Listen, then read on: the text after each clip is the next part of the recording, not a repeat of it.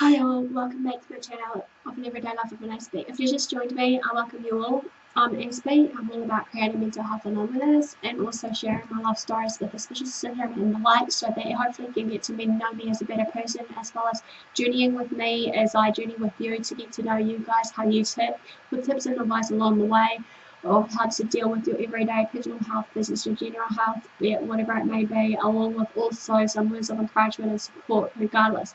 So this one's all about how to control negative emotions at this point of time that I want to share with you all right now, which hopefully will come into practice for each of us as a gentle reminder of everyday negative emotions, be it shame, guilt, anger, doubt, fear, whatever it may be that we face, that hopefully we can just learn from each other, and hopefully with this we can take away something.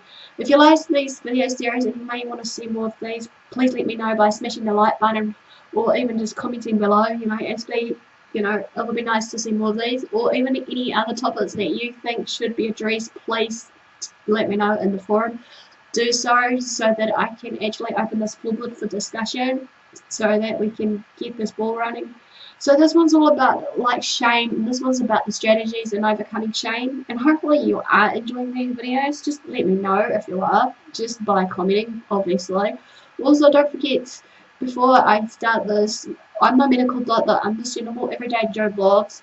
If I say something out of the ordinary, regardless of the warning signs and symptoms that has present in certain, everyday videos from the present now, just seek out professional help for yourself, either that or for your loved one, or even just maybe seek an opinion, because at the end of the day, I don't forever condone self-harm or anything in this manner of speaking, so that you guys can live a healthy and healthy life, and that you'll be at peace within yourself.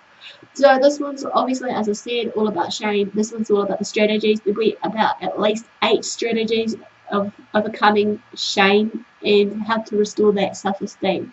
So let's begin this before I run out of time. Question I want to ask you guys, and maybe answer to yourself, or even if you want to comment it below, if you want to be open about it. Have you felt any shame on what you may have said or done in the past? Let's be honest here. I have felt shame, no denying it there, because obviously I'm still here and I still obviously to this day trying to learn how to basically say it in a right form of context, even though okay, I shouldn't be in a cardboard box just putting it to how people want it, there and then. I'm trying to be my own individual self, but I find it hard sometimes when it comes down to it, because obviously, being different can cause some problems one way or another. But then again, I'm still human. I'm taking authority of my mistakes and whatever else it may be. You may have felt it too, for sure, haven't you? We all have felt it and experienced the pain it causes and brings, if again, like any other negative emotions we have been dwelling on time and time again. Like everything in our life, what we do and how we deal with it is up to us. The choice is us. It starts with us. It ends with us. No matter what. Even though we've got to remember the choices we make will have dark consequences later on, regardless of it all. Sometimes it may end up, for example, with some of the choices we make, we may end up losing a friend of a certain situation that we didn't see eye to eye to. There was no sort of forgiveness. There was some sort of bitterness between that friend and you. But then again, it was test the boundaries, obviously, also how I look at it as well, because obviously if they were your real true friends, they'll hopefully just forgive you anyway and love you for who you are, and try not to, paint a little picture of, in their mindset, or figuratively speaking, have a little paintbrush and paint on how they want to have you as an expectation on how you should speak and think.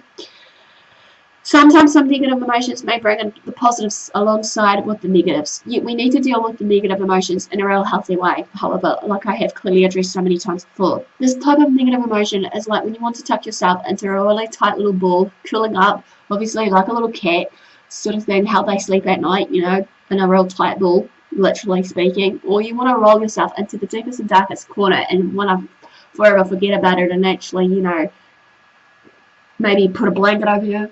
Imagine that you were disappearing, or even just, as I'm trying to say here, disappearing without a trace, or without even saying a word to anyone. You just cut ties with everyone, and you just feel, you can't handle anymore, what they call it, interruptions, we'll call it for now. You are known as the bad little girl or boy who is unworthy, unlovable,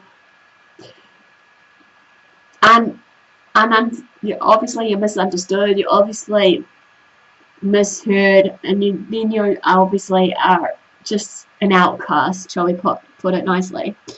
Shame feels like you've done something very, very wrong, and you can't seem to shake that feeling or thought or feeling off. Like that saying, shake it off. It feels to you so wrong that your self-esteem withers away. It will start eating at you, and you see yourself as being seriously flawed and imperfect. You see the cracks will start to develop and show, regardless what it may be. We then often seem to confuse the two, however, of shame with guilt, but they're not exactly the same. As shame and vulnerability author and speaker Brene Brown says, the difference between shame and guilt is the difference between I am bad and I did something bad. Not surprisingly though, shame generally has its own root space in our family of origin. If one of our or both of our parents were bound in shame, they pass that painful legacy to us through their feelings, thoughts and emotions about themselves and their treatment of us. As a child grows up, however, or while they're growing up, they are very particularly vulnerable to shame because they develop their identity based on their parents' reactions to them. So how the parents react and act towards everyday situations obviously will reflect on the child, sort of thing, and they may start to, ruminate, is this how we're supposed to act, and go about it that way as well. Kids follow through from what parents do. Obviously, it's a given. If you grew up in a neglectful, abusive, controlling, or otherwise dysfunctional family, or even in a form of a relationship with a boyfriend or girlfriend, then shame is an inevitable consequence of your painful experiences. How we could not feel this feeling of shame if we were even mistreated or ignored. You will start having the clouds of doubt and frustration that will start lurking, clouding around the minds of ours into something that is more sinister. Something must be wrong with you if your parents or one or both can't be there for you or to show you love. Again, this will go for the same thing if you're in a relationship with a boyfriend or girlfriend. When we are made to feel deficient, inadequate, and unlovable, we tend to begin to believe in it in ourselves, that we see it in ourselves in that form of manner. Certainly, the real fact is, however, how we were treated by others when we were children, leading up to our adult life, if we allow it, becomes the way we internally treat ourselves. Over time, however, the experiences around which we were shamed as children becomes the unconscious triggers for feeling and expressing shame as adults. A classic example to illustrate: if you were a little boy shamed for crying just because, obviously, or being oversensitive, because obviously in this day and age there was a stigma once upon a time in the 70s or even 60s from memory of the mental health of the men not supposed to show their feelings and emotions, basically regardless of how they feel. But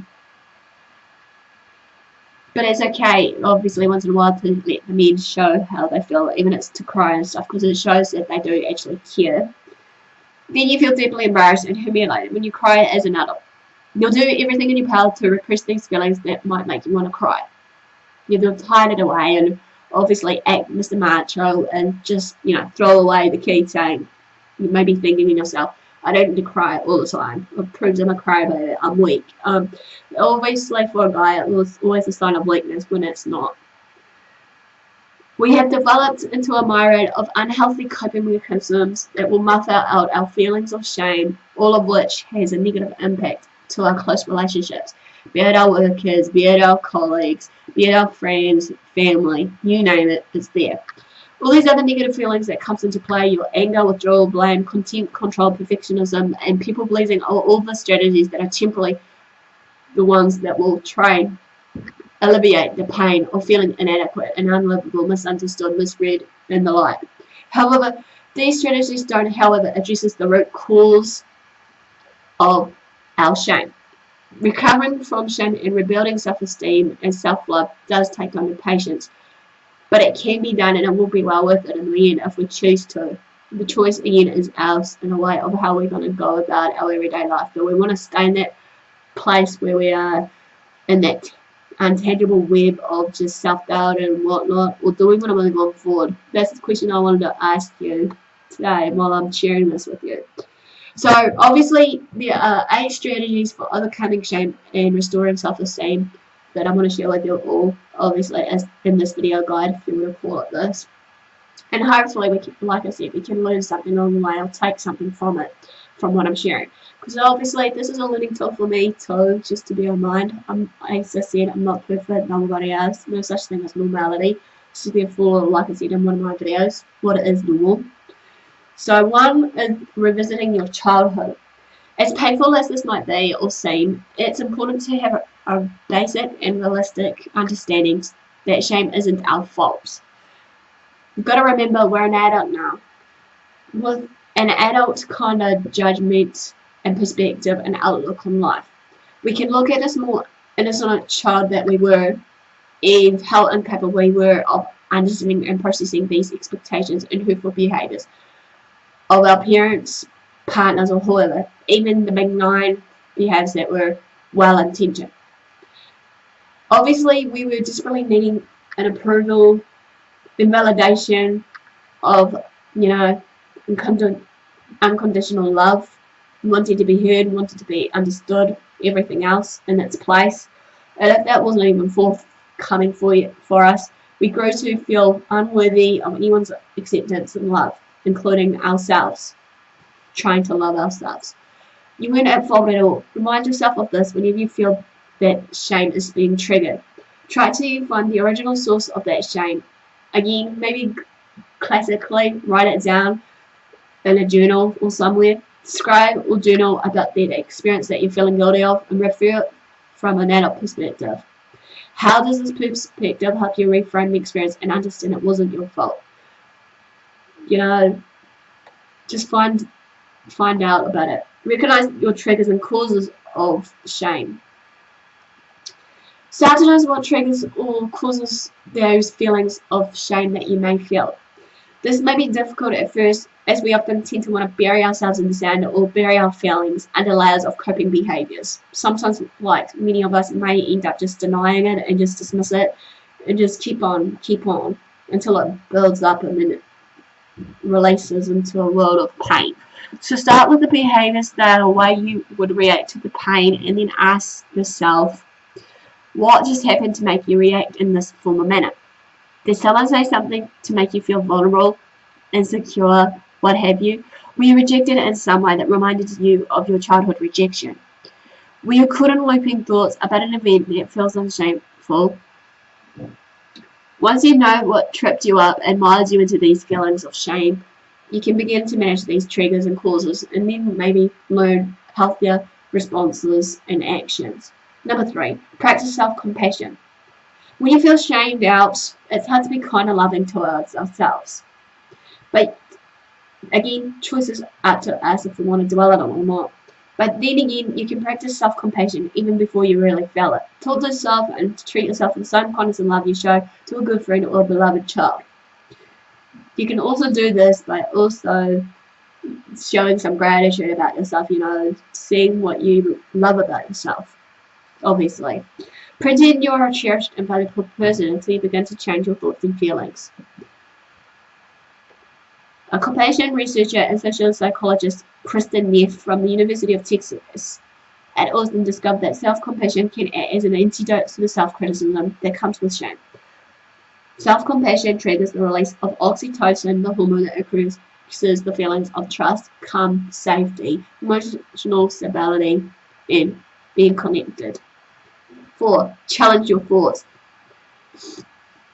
As I have previously mentioned before, the looping negative thoughts are often a trigger for the shameful feelings. When you mentally revisit these conversations or situations where you felt ashamed, or if your thoughts are a series of self-criticism, self-doubt, and what have you, you're only strengthening your shame.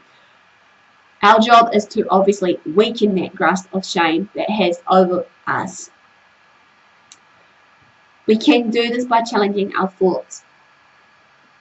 Shame-based thinking is often based on dire predictions, doubt in your ability to cope, selective focus on negative aspects of events or behavior of other people and rigid ideas about how people should behave.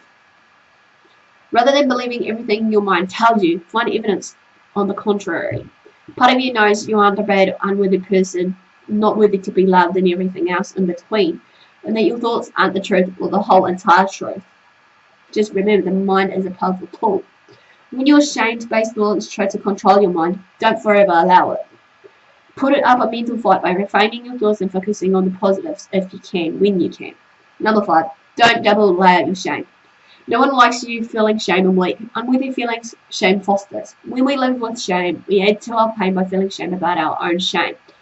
We are embarrassed that we aren't the confident, positive, and happy people we want to be and choose to be.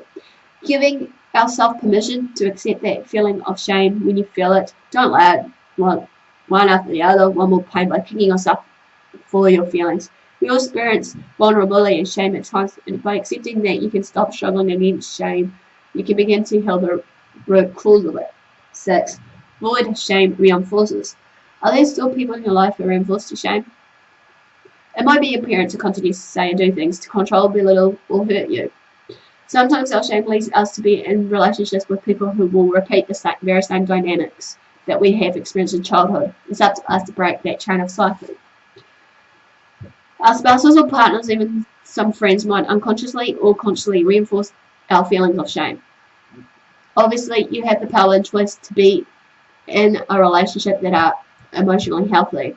You can avoid immature, dysfunctional people and just surround yourself with supportive and understanding and loving people instead.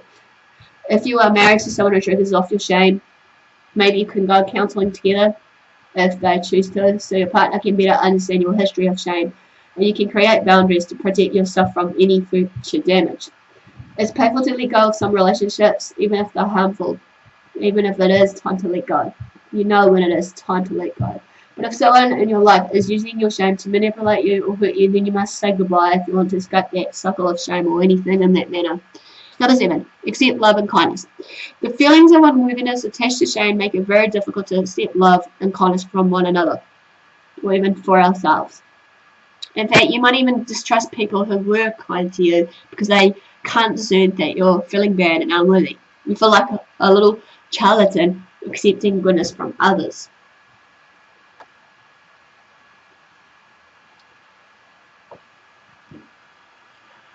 I'm sure you can see this dysfunction and this reaction to loving behavior from others, but you must teach yourself a new way of responding to yourself or responding in the way of your shame. When someone is kind to you, don't forever diminish their act by rejecting their kindness. Practice accepting it openly with gratitude. A word of thanks will go a long way. Accepting compliments now and again without deflecting or diminishing them. Allow yourself to try and trust the good judgment of that person who sees the good in you.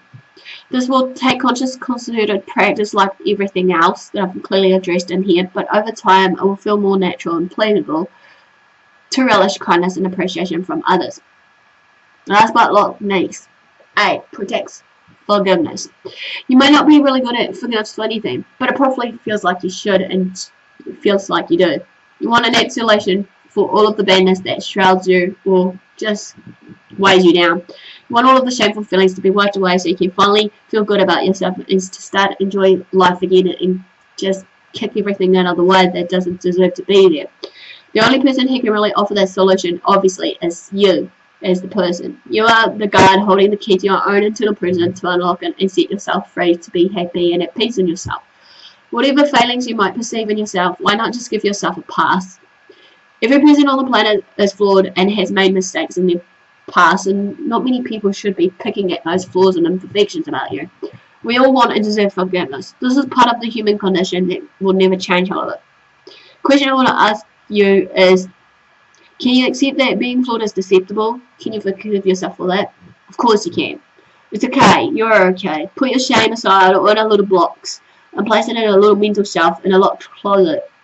You know it's there, and if you revisit it from time to time, then do so. But otherwise, leave it on the shelf so you can live your life like yourself and be yourself.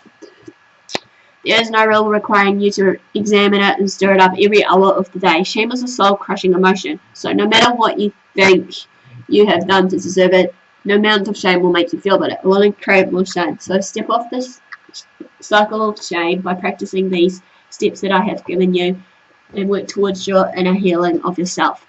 You may need the support of a professional therapist if your shameful feelings are debilitating and holding you back and actually stopping you from living your life every day. If so, don't hesitate to do so by seeking that help. Working with a counsellor is a life-affirming positive step that puts you back in control of your future happiness and well-being. Question I want to ask you to this: are you dealing with feelings of shame? What strategies have you discovered to help heal your shame? So this basically ends the second part of shame, of the negative feelings. Give me a like and thumbs up, comment below, feel free to share these videos around, feel free to turn on the notification bell if you haven't done so you can keep up to date with my new content. Feel free to subscribe if you haven't done so if you want to be part of my YouTube family, because I'm hoping to do this on the daily, weekly of these topics and more. So long for the do, guys. Thanks for support. Best of all, do what you love, love it, do. Until next time, Aspie signing.